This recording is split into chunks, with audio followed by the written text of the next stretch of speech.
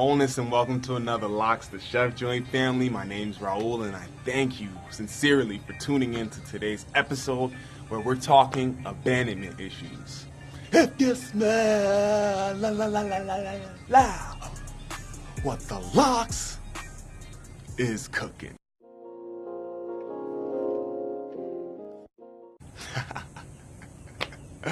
All right. Now, what is abandonment? Abandonment is when a being that was associated with an individual or group of other beings is no longer with that individual or other beings, right? So, let's say your family drops you off at the orphanage, in a basket. That could be classified as abandonment. Although they may, set you up for a situation, they didn't, just basically leave you in a dumpster somewhere. Right? We have issues of people taking their dogs to the shelter, or even like going out into nature, right, and letting their dogs go free, throwing the ball, and then driving off, right? Abandonment. And those individuals that can actually do that, there's got to be something within their consciousness in order to be okay with that. But, if anything, being a solid individual, being a worker, walking through the dark into the light, these are things we do ourselves, right? And so for me, it started off with my father, a man that I love, a man whose name I share, Raul Joseph, him being the senior and me being the junior, me being a reflection, a version, a fractal of him, okay? My father and mother moved from the Caribbean islands to the America, New York more specifically, right? And I said this in videos before, but they had little to no, schooling education. They didn't have degrees and things like that coming here. So they had to learn things on the fly. Now, me being born in 87, and my brother 88, and my sister and brothers born in the 90s, my parents, had to work. They had to make sure that the 4 children that they were looking after had to survive. We had to eat. If anything, that was my mom's biggest thing, was eating. So with my mom, still learning English and working her way into getting a job, my father was always out working. I always admired him because he would be dressed up in these limousine uniforms, right? With the shiny shoes and hat. All black with the white shirt and the tie, and, I thought he was fresh to death, like, seriously, just stepping out, swag on 1,000. And I admired my dad. I would, bug him by beeping him and paging him, although my mom would be like, no, stop it, don't do that, don't keep doing that, only call him if we need to, right? And, also remember, being 2 or 3 years old, 4, around those ages, and my father would take the weekends off, more specifically like Sundays, to observe his religious practices. And we would, after mom cooked breakfast and everything, we would get in the shower and, get ready for church. And I remember being in the shower with my dad as he was showing me how to soap myself up and, do all these, clean myself, my temple. I remember admiring his manly presence, that divine masculine, right? The hair on his chest, the hair on his genitalia, even the hair on his head that he had back then, right? His, the contour of his muscles, and even the way the water dripped off of it. If anything, I loved man. I admired my dad. I loved my dad.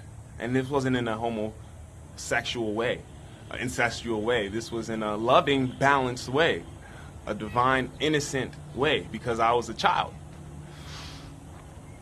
And I remember, our things would be like watching sports, whether it was like the Knicks versus the Bulls, Ewing and Oakley and Starks versus Jordan and Pippen and Kukoc and them, and Wayne Gretzky slapping pucks, and Sammy Sosa and McGuire and, Jeter and the Yankees more specifically, though, just being great, and striving for greatness within their realms.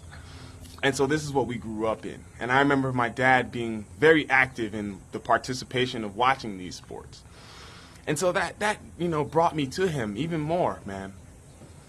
You would fast forward, some times later where I would want to go certain places with my dad, and he'd be like, no, and I'd be distraught.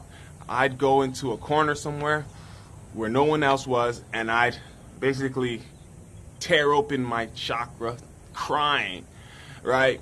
Crying and crying and crying, and, having to be left with that trauma, trap it deep inside of my body somewhere, never to see it again, right?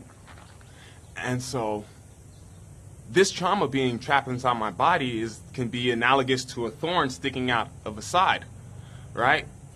You may get used to the thorn being in you, but as soon as something like a breeze or gust of wind or even someone plucking that thorn happens, you feel all the pain, right?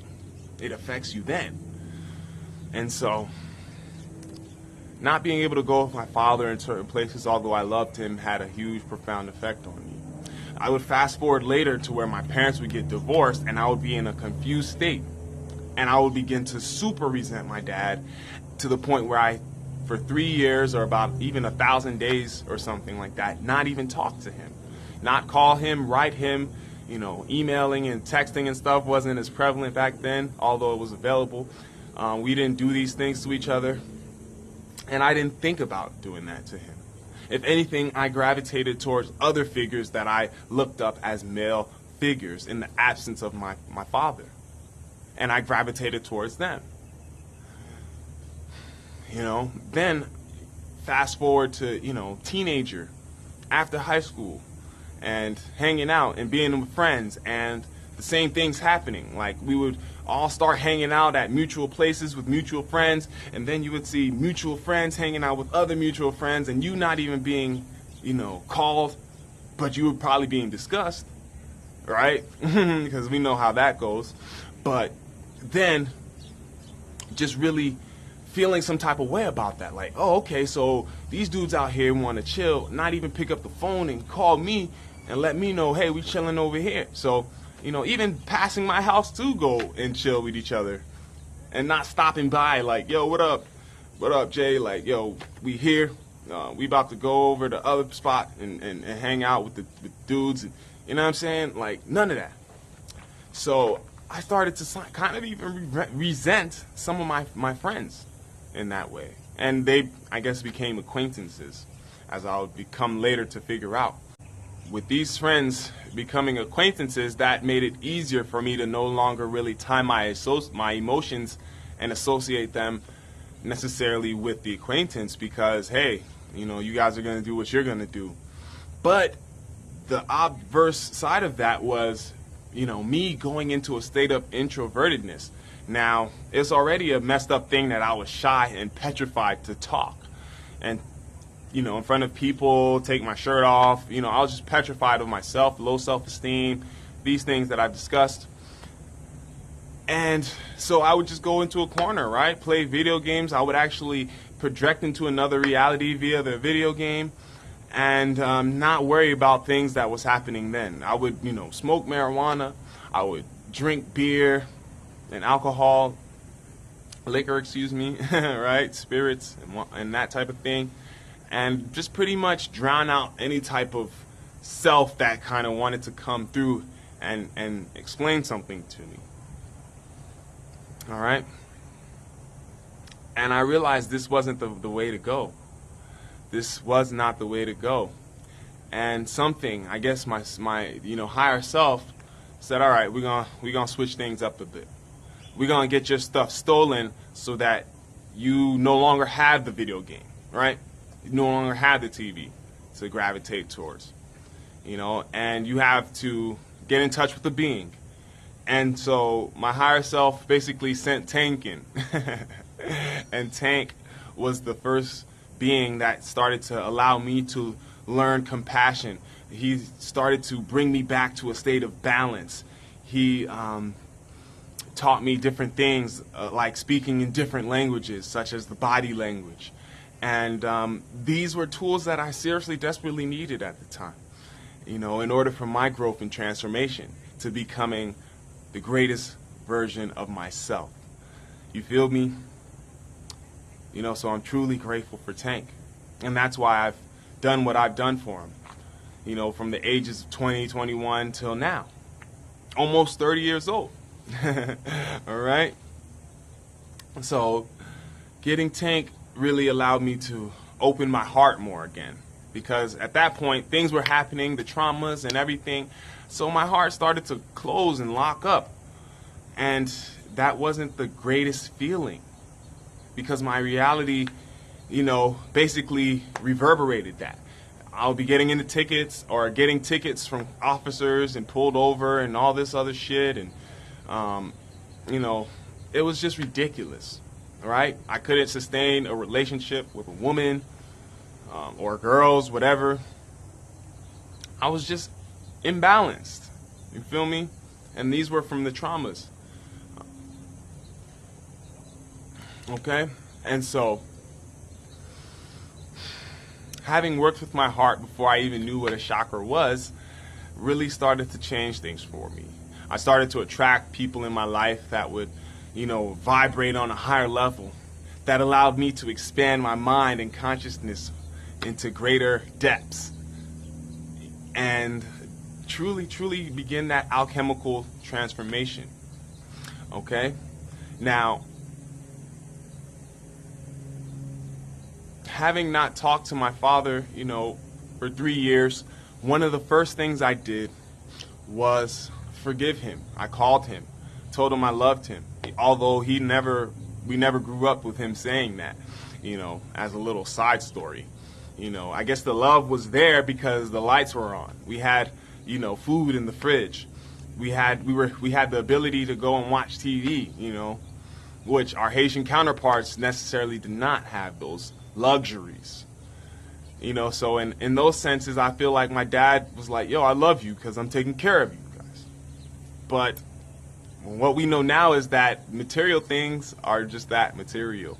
It is the real divine relationships, emotions, and experiences that we share together that allow us to come together and unite, which is the true compassion in all of this diversity, right?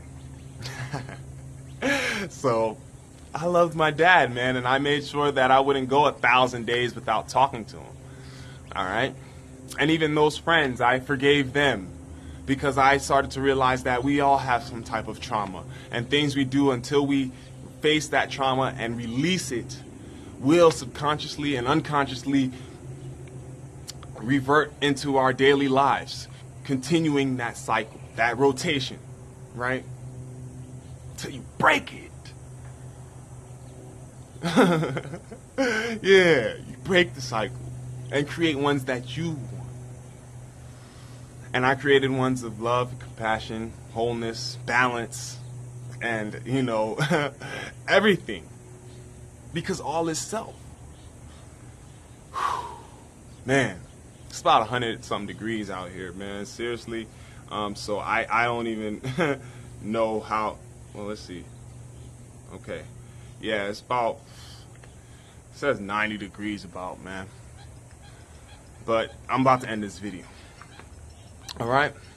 So, family, if anything, that's what I want to say. Is just, start to look inside yourself and see where traumas and things may be trapped into. Yoga was, like I said, something that helped save my life. And then, even then, the dog, right, which is God backwards.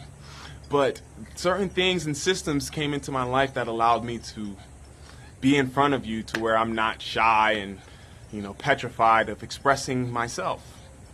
Reflecting to my fellow reflections. You feel? So, I want to thank you guys, for tuning in. Because if anything, we're not alone. We are connected, always, forever. And that's a fact. You know, Michael Jackson, shout out to him. You are not alone. That was it. That was it. I am here with you. Hey, oh, you're not. Hey, and you just get into that vibration as the goosebumps, you know, allow you to just raise it up. It's just a beautiful day, man. It's a beautiful time. I love you guys, family. All right? Stay up, stay well, stay healthy and balanced. Wholeness and balance. Vibrations. Namaste.